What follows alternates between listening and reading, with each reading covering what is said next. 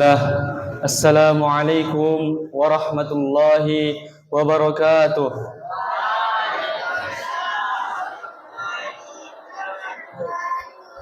Innal hamdalillah nahmaduhu wa nasta'inuhu wa nastaghfiruh wa na'udzu billahi min shururi anfusina wa sayyiati a'malina.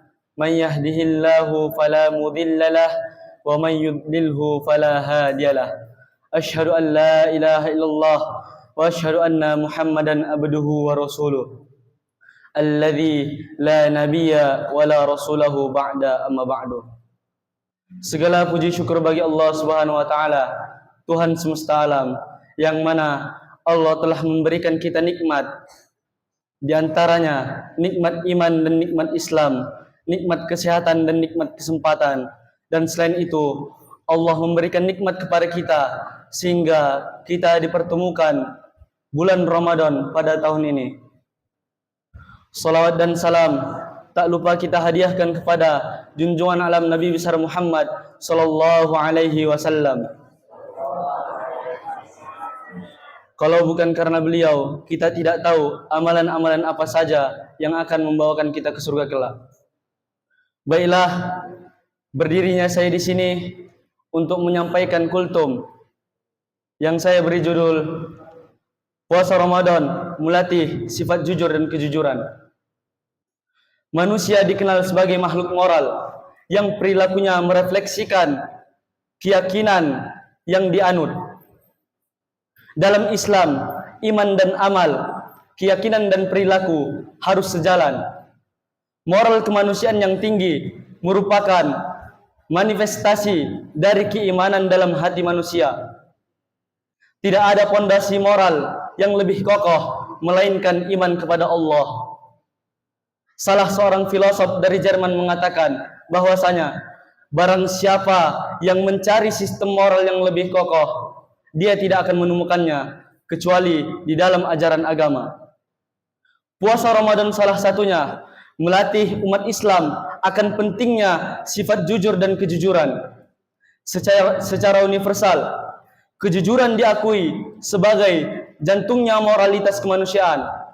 Apa saja, bangsa manapun dan apapun keyakinannya pasti menghargai kejujuran dan memandang suatu kebohongan adalah perbuatan buruk dan tercela. Kejujuran akan selalu bersinar walau di tengah-tengah tumpukan kebohongan dan kepalsuan. Allah Subhanahu wa taala berfirman di dalam Al-Qur'an, A'udzu billahi minasyaitonir rajim. Falyattaqullaha wal yaqulu qawlan sadida. Yang artinya, maka bertakwalah kepada Allah dan berbicaralah dengan tutur kata yang benar. Quran surah An-Nisa ayat 9. Dan Allah Subhanahu wa taala berfirman, wa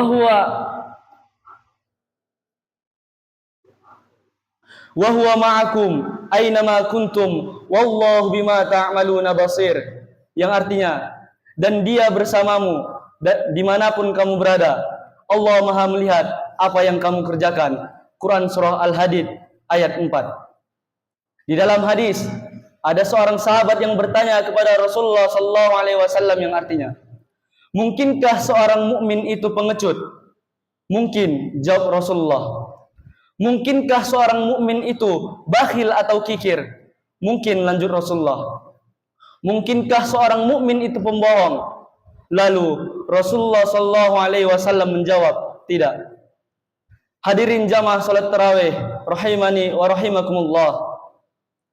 Said Sabiq, ulama besar dari Universitas Al-Azhar Kairo, di dalam bukunya Islamuna, ia menukilkan hadis di atas. Ia menulis bahwa keimanan dan kebiasaan berbohong tidak akan bisa berkumpul di dalam hati seorang mukmin. Rasulullah sallallahu alaihi wasallam berwasiat agar umat Islam harus memiliki sifat kejujuran dan menjauhi sifat pembohong. Sebab umat Islam tidak akan tumbuh dan berdiri kokoh dengan kepribadian yang tidak jujur. Pada masa Nabi Muhammad sallallahu alaihi wasallam, sebelum ia diangkat menjadi rasul, dengan menerima wahyu pertama dari Allah Subhanahu wa taala. Ia lebih dulu dikenal dengan kejujurannya di kalangannya pada masa itu. Selain itu, ia juga digelari dengan Al-Amin. Dari Ibnu Mas'ud radhiyallahu anhu bahwa Rasulullah sallallahu alaihi wasallam bersabda, "Berpegang teguhlah dengan perkataan yang benar, karena perkataan yang benar akan mengantarkan kepada kebaikan. Kebaikan mengantarkan ke surga. Seseorang yang berkata benar akan dicatat di sisi Allah sebagai orang yang benar. Dan jauhilah kebohongan, karena kebohongan mengantarkan kepada kejahatan. Kejahatan mengantarkan ke neraka. Seseorang pembohong akan dicatat di sisi Allah sebagai orang pembohong." Hadis riwayat Bukhari dan Muslim.